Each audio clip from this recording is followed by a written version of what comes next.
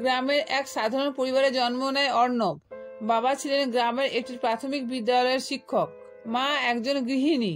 অর্থের অভাব ছিল, কিন্তু ভালোবাসা ও মূল্যবোধের কোনো অভাব ছিল না। অর্ণব ছোটবেলা থেকে ছিল খুব শান্ত, মেধাবী আর দায়িত্বশীল। প্রতিদিন স্কুল থেকে ফিরে বাবার পাশে বসে পড়াশোনা করত, আর সন্ধেবেলা মায়ের হাতে রান্নার কথা বসে বলতো, মা তুমি পৃথিবীর সেরা রাঁধুনি।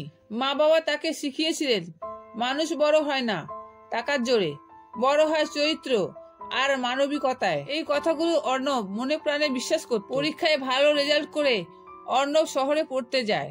অনেক কষ্ট করে পড়াশোনা চালিয়ে একসময় সে হয়ে ওঠে একজন সরকারি অফিসার। চারিদিকে তার সুনাম, সবাই তাকে চেনে সৎ, ন্যায়ের পক্ষে থাকা অফিসার হিসেবে। তবে শহরের চাকচিক্য তাকে কখনো বদলাতে পারেনি। প্রতি মাসে ছুটিতে সে গ্রামে ফিরে যেত। বাবা মায়ের ওষুধ, চিকিৎসা, পাড়ার দরিদ্রদের সাহায্য সবই নিজের দায়িত্ব মনে করত।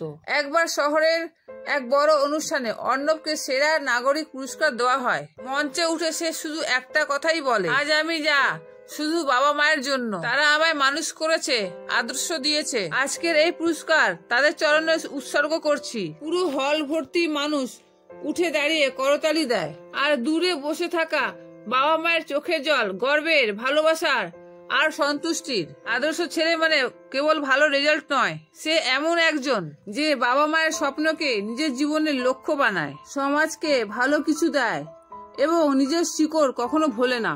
নমস্কার বন্ধু, এই গল্পটি আপনাদের কেমন লেগেছে কমেন্টে অবশ্যই জানাবেন। ধন্যবাদ।